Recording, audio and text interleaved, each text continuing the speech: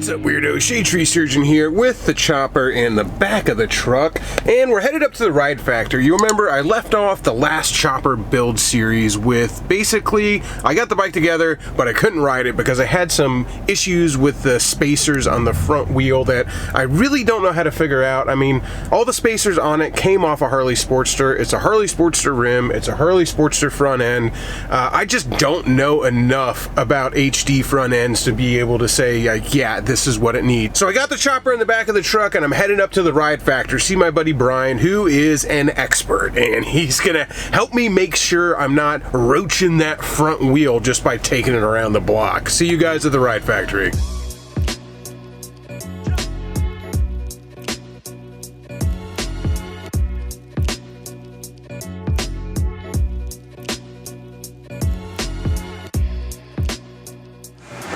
Mess of wheel spacers right there, and Brian assures me one way or another we'll get this thing working just fine. So another good reason I'm glad I brought it in for the expert to go ahead and make sure I'm not going to kill myself with this front end is Brian took that thing apart and there wasn't any grease on it. So apparently there does have to be end play in this, and the wheel's got to have or the axle in there. They're tapered, so as you tighten, yeah, that spacer in between. Sometimes they come shimmed already. They're the spacer's enough. In the Harley world, they have shim sizes to make it fatter or smaller. So when you put clamp force down on it, the torque setting in the front, it's not going to bind up the tapered. Right, which I had no idea. I would have just cranked that sucker down, man.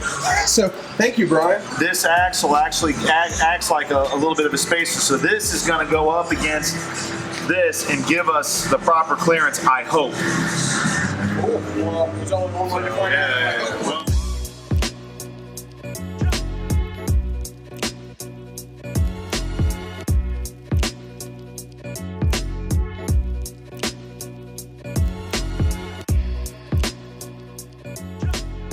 and it's good to have good friends. Huge thanks to Brian at the Ride Factory, because without him, this would have certainly taken me a very long time, and I might have even messed up that front wheel. Brian from the Ride Factory, Norton from Dime City Cycles, Eric from F&A Customs. I could never say that I built this bike on my own. It has been a community effort, trust me. Now, I'm very lucky that I've got a lot of experts who I can lean on to help me, but you know, let me just give you that advice before we go any further in this video. If you run up against a wall, there's no reason not to ask somebody who knows more than you do. I'm certainly not too proud to do that. But anyway, now that we've got the front wheel situated, let's get that Custom Tech brake master cylinder mounted on the handlebars, and I've also got to make a brake line. Hopefully that's pretty easy. I've got the kit from TC Bros to do that, so we're gonna give it a whirl. One of those things that I've never done before, but hey, how hard could it be, right?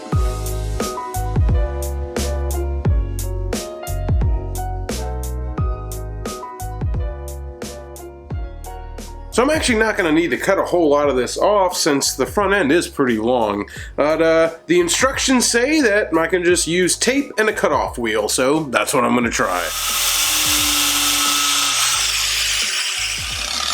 Well, that seemed to work fairly well. Alright, once again, following instructions here, if I can get the camera to focus on this, it says to go ahead and remove the plastic outer coating about an inch back.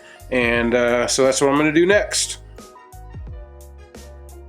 Alright, now that we got a little bit of that peeled back, we're supposed to take this apart. This is going to be a 3-piece, it says. Oh, okay, yep. 3-piece, so now this is going to slide onto here like thusly. And it says once you have that on there, then you need to take a little screwdriver and kind of separate the Teflon inner lining from... Here, can we get a focus on that? You need to separate the Teflon inner lining from the steel braiding, and then that is going to be where you then put that little bushing. Alright, I don't know how well I'm going to really catch all this on camera, but I'll try to show you guys what I'm doing, even though I'm trying to show you what I'm doing, and I've never actually done it before. So, there's that. A little separation there. Okay, I think I've got it. That brass piece shoved in there. Well, all right, I'm pretty sure I got it on there.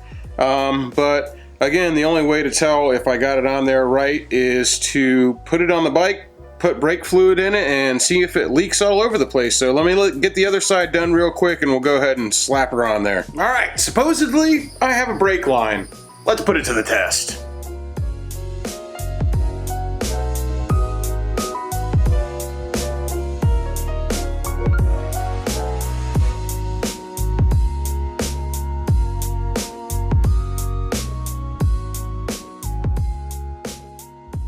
Alright guys, so I totally ran out of daylight trying to bleed that front brake, so here we are literally several days later. If you can see the sub counter in the back, it tells the true tale of how long it actually takes me to make a video sometimes, but I think I have a little bit of a break in the rain, so I'm gonna try and see if I can get this chopper to run and how it's actually going to ride with the 6-over front end on it and these new rabbit ear handlebars. And it's actually more than a 6-over front end, it's actually technically 8-over because stock xs650 has a 19-inch wheel and it now has a 21-inch wheel on it. So let's see if this thing is even rideable.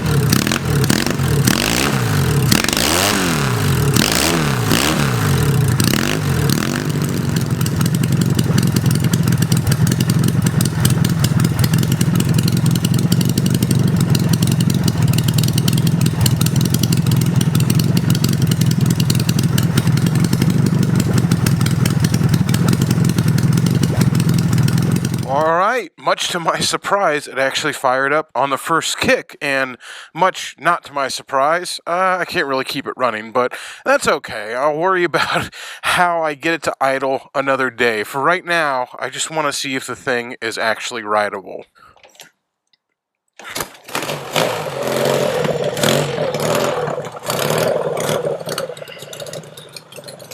Alright, here we go. First ride with my Zombie Performance rabbit ears and an 8-inch over front end on a stock rake on my 1977 Yamaha xs650. Let's see how this goes. Oh, if I can not run over my dog bowl slash kickstand.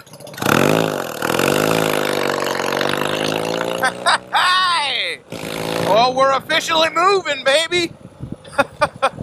Oh, that's definitely a different stance there from what I had before when I had the stock front end on it. Ooh, that is very different. But it doesn't really feel weird, to be honest with you. That feels just fine, and I don't know. I guess I'll have to go somewhere where I can actually maneuver a little bit slow speed and see how that feels. But right now, it feels fine. It doesn't really feel that much different besides where I'm holding my hands. And my front brake works. I probably should have checked that before I started bombing down the neighborhood streets.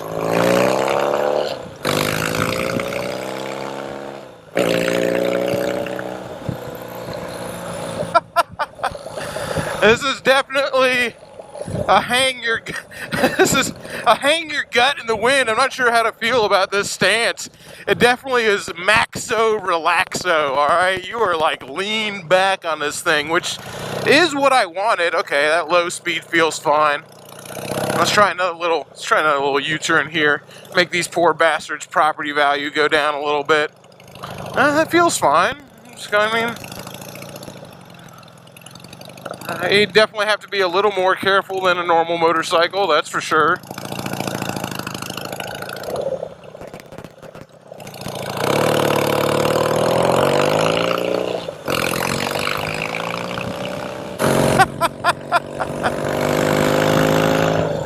This is what I wanted, though. This is exactly this kind of like laid back stance is exactly what I wanted. Now I just need a duffel bag behind me and I'll really have it made.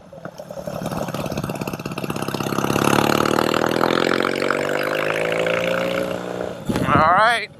Whoa! Might have caught a little air on the ass end there. You gotta remember, it can take the bumps, but it's still a hardtail.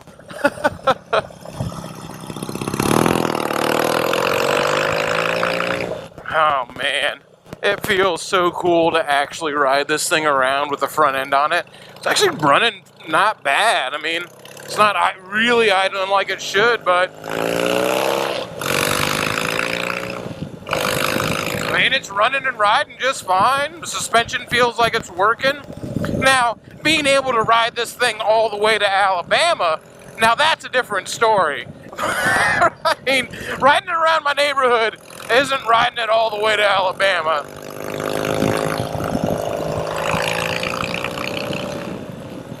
Oh man, it feels just fine. It feels just fine.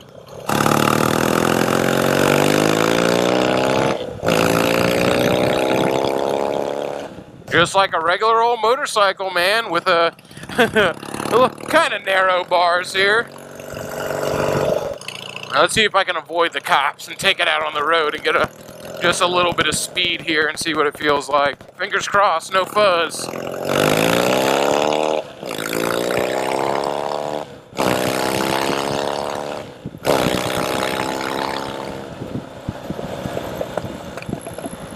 Well, I don't know, man. Riding to Alabama is definitely going to be a character building experience, is what I'll go ahead and call that. Right now, I can tell that my comfort levels probably are not going to be the highest, but just around town I'd be fine. But if I was going anywhere long distance, I'd probably need a little more back support, just because the way that this has me angled is pushing my back a little farther. But this is all stuff that I'm going to have to figure out between now and October. I mean, I've still got a bunch of stuff to do to the bike. For the most part, what I really need to do is wire it and have brake lights and headlights that work. That's a pretty important part. I'm also going to eventually do a foot clutch and a hand shifter. Because why not make things harder for myself, you know? These guys are like, get the fuck out of my cul-de-sac.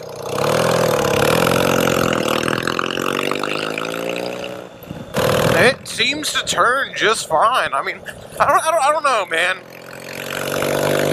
It seems like things are working just fine to me, but what the fuck do I know? I mean, yeah, I put the thing together, but really, what the fuck do I know? Oh, dude, I probably look like a freaking fat sack of shit on top of this thing, but that's alright. At least the motorcycle will look cool when I'm not on top of it. Speed bumps, definitely not the most comfortable thing to take this over, but it's a good place to test your welds.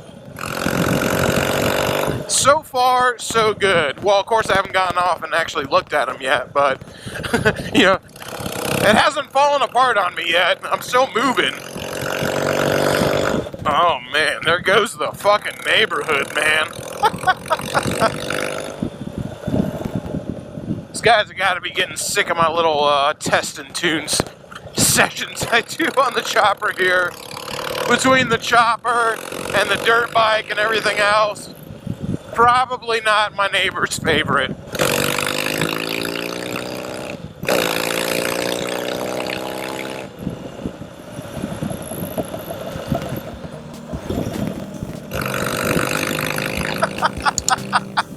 I really need to get off the road. This thing is so illegal right now. Well, I don't know, man.